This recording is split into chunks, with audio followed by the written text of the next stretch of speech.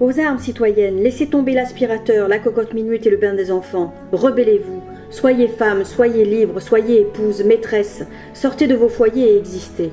Voilà ce que propose Simone de Beauvoir. À défaut de faire le ménage, la femme invite au remue-ménage. Et là, c'est l'électrochoc.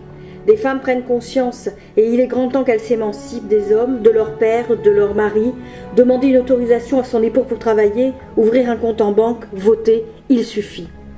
Devenir femme, c'est prendre conscience du pouvoir de la féminité, c'est prendre possession de sa subjectivité et devenir auteur de ses actes et non pas seulement ou simplement exécuter les tâches ingrates, servir aveuglément son mari jusqu'à s'oublier, n'être qu'une maîtresse, une mère, une femme au foyer. Il importe de renoncer au second rôle dans lequel vous vous étiez confiné depuis trop longtemps. Le grand mouvement pour la libération des femmes est en marche. Après Louise Michel, Simone de Beauvoir suivront Simone Veil et tant d'autres.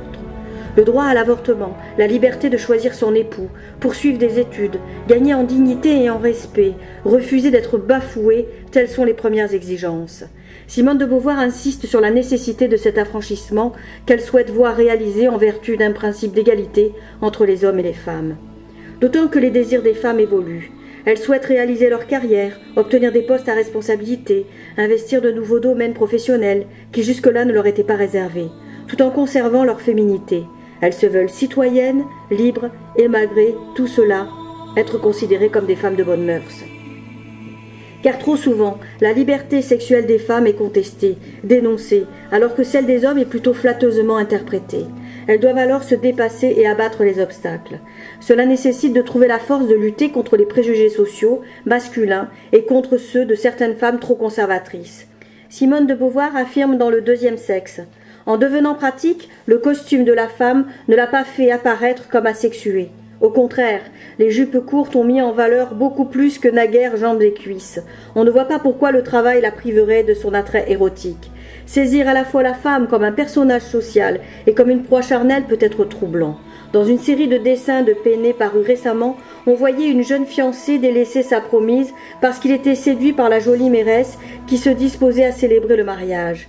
Qu'une femme exerce un office viril et soit en même temps désirable, ça a été longtemps un thème de plaisanterie plus ou moins graveleuse.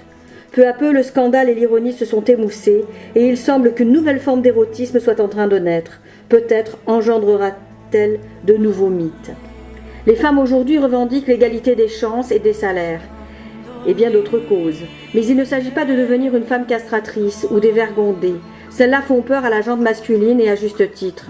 Il importe pour la femme qu'elle puisse décider pour elle-même, qu'elle se choisisse sage, libertine, réservée ou émancipée. Elle se doit d'exister pleinement et de définir ses projets. La cité doit changer et le mouvement des femmes peut favoriser l'instauration d'un principe égalitaire entre le statut des hommes et le leur. Toutefois, cela n'empêche pas la femme d'être affectueuse, protectrice, gardienne du foyer et des valeurs familiales. Elle reste sensible à la courtoisie d'un homme, à la prévenance. La féministe défend des valeurs, mais subtile, elle a bien compris que l'homme et la femme sont complémentaires et qu'ils ont tout à apprendre l'un de l'autre. Il s'agit juste de redéfinir les tâches, y compris ménagères, et de vivre ensemble, sans être en lutte perpétuelle. Il est également nécessaire que les hommes acceptent ces changements. Qu'il est difficile de parvenir à une égalité de statut entre les êtres. Toutefois, les femmes souhaitent le changement et l'initient. Cela ébranle la société et transforme les clichés traditionnels et figés, perturbe les habitudes masculines. D'ailleurs, certains hommes s'en réjouissent. À défaut de mettre un grand coup de pied dans la fourmilière pour faire voler en éclats les stéréotypes, les femmes changent progressivement le cours des choses. Néanmoins, ne dit-on pas que la femme est l'avenir de l'homme? C'était la liberté, l'égalité et la sexualité.